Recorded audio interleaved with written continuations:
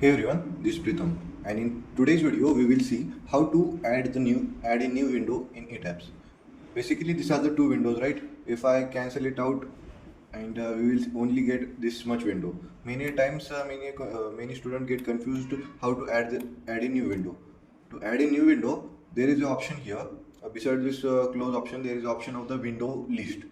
In this window list, click on add new window, and you will able to see that a new window has been added, and you can change this 3D view to a plan view or the elevation view. Here we go to plan view and change this to story 2, and this one is story 4, this is the story 2. We can change it to the elevation view also.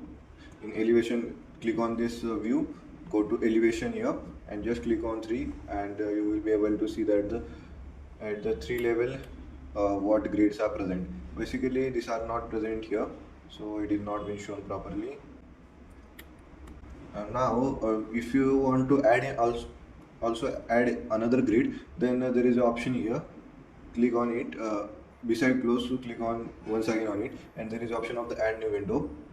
This is basically required for if you are working on a multi-story building, and you require the plan view also, the elevation view also, and the 3D view also.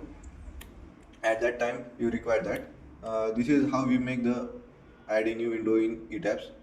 That's it for the today's video. See you in the next video.